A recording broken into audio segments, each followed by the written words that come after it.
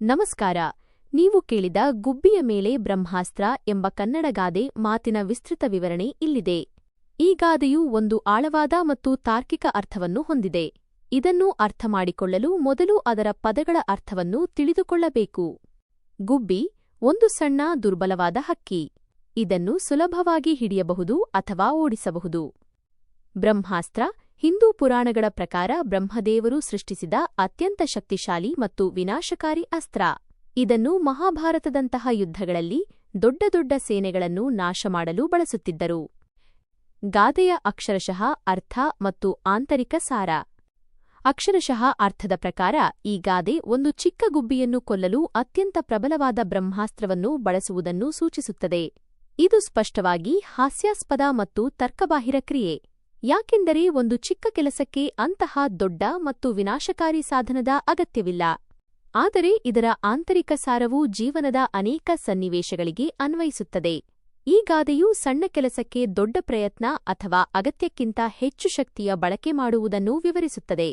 ಇದನ್ನು ಸಾಮಾನ್ಯವಾಗಿ ಈ ಕೆಳಗಿನ ಸಂದರ್ಭಗಳಲ್ಲಿ ಬಳಸುತ್ತಾರೆ. 1. ಸಮಸ್ಯೆಯ ಪರಿಹಾರದಲ್ಲಿ ಅಸಮಂಜಸತೆ. ಒಂದು ಸಣ್ಣ ಸಮಸ್ಯೆಯನ್ನು ಸುಲಭವಾದ ಮತ್ತು ಸರಳವಾದ ವಿಧಾನಗಳಿಂದ ಪರಿಹರಿಸಲು ಸಾಧ್ಯವಿದ್ದಾಗ, ಅನಗತ್ಯವಾಗಿ ಸಂಕೀರ್ಣ, ದುಬಾರಿ ಅಥವಾ ಶಕ್ತಿಶಾಲಿ ವಿಧಾನಗಳನ್ನು ಬಳಸಿದಾಗ. ಉದಾಹರಣೆಗೆ, ಪೆನ್ಸಿಲ್ ಕತ್ತರಿಸಲು ಕೊಡಲಿ ಬಳಸಿದಂತೆ. 2. ಶಕ್ತಿ ಮತ್ತು ಸಂಪನ್ಮೂಲಗಳ ವ್ಯರ್ಥ. ಒಂದು ಸಣ್ಣ ವಿಷಯಕ್ಕಾಗಿ ಸಾಕಷ್ಟು ಹಣ, ಸಮಯ ಅಥವಾ ಶಕ್ತಿಯನ್ನು ವ್ಯರ್ಥ ಮಾಡಿದಾಗ.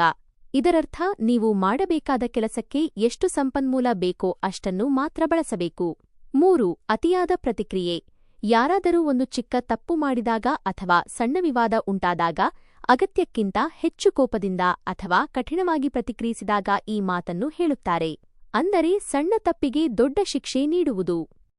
ಉದಾಹರಣೆಗಳು: ಒಂದು ಸಂಸ್ಥೆಯಲ್ಲಿ ಸಣ್ಣ ಕಡತವನ್ನು ಸರಿಪಡಿಸಲು ಕಂಪನಿಯ ಎಲ್ಲಾ ಉನ್ನತ ಅಧಿಕಾರಿಗಳನ್ನು ಒಟ್ಟುಗೂಡಿಸಿ ಸಭೆ ನಡೆಸಿದರೆ ಅದನ್ನು ಗುಬ್ಬಿಯ ಮೇಲೆ ಬ್ರಹ್ಮಾಸ್ತ್ರ ಎಂದು ಹೇಳಬಹುದು. ಮನೆಯಲ್ಲಿ ಇಲಿ ಹಿಡಿಯಲು ಇಡೀ ಮನೆಯನ್ನು ಕೆಡವಿದಂತೆ. ಇಂತಹ ಸಂದರ್ಭಗಳಲ್ಲಿ ಈ ಗಾದೆ ಬಳಕೆಯಾಗುತ್ತದೆ. ತೀರ್ಮಾನ. ಗುಬ್ಬಿಯ ಮೇಲೆ ಬ್ರಹ್ಮಾಸ್ತ್ರ ಎಂಬುದು ಒಂದು ವ್ಯಕ್ತಿ ಅಥವಾ ಸಂಸ್ಥೆ ತನ್ನ ಶಕ್ತಿ, ಸಮಯ ಮತ್ತು ಸಂಪನ್ಮೂಲಗಳನ್ನು ಸರಿಯಾದ ಪ್ರಮಾಣದಲ್ಲಿ ಬಳಸುತ್ತಿಲ್ಲ ಎಂದು ಸೂಚಿಸುವ ಒಂದು ಪರಿಣಾಮಕಾರಿ ಮತ್ತು ವ್ಯಂಗ್ಯಭರಿತ ಗಾದೆಯಾಗಿದೆ. ಇದು ತರ್ಕಬದ್ಧವಲ್ಲದ ಅಥವಾ ಅಪ್ರಯೋಜಕ ಕ್ರಿಯೆಯನ್ನು ವಿವರಿಸಲು ಬಳಸುವ ಒಂದು ಮಾರ್ಗ.